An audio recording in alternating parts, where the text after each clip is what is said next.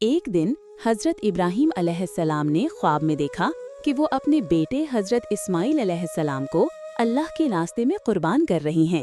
یہ خواب مسلسل 3 دن تک آتا رہا۔ حضرت ابراہیم علیہ السلام جان گئے کہ یہ اللہ کا حکم ہے۔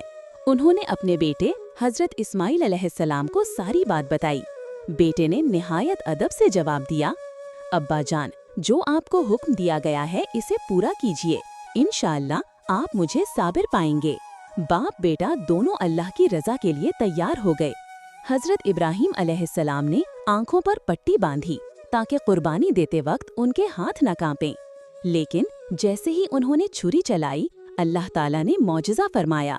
حضرت اسماعیل علیہ السلام کی جگہ ایک جنتی دمبا آ گیا اور اللہ نے ان کی قربانی قبول فرما لی۔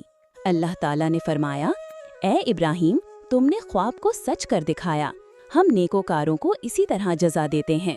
یہ کہانی ہمیں یہ سکھاتی ہے کہ اللہ کی رضا کے لیے قربانی دینے کا جذبہ اور ایمان سب سے قیمتی ہے۔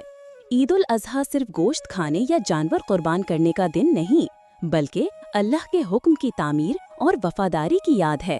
اگر آپ چاہیں، میں عید الفطر کی کہانی بھی بیان کر سکتا ہوں، جو رمضان کے اختتام پر منائی جاتی ہے۔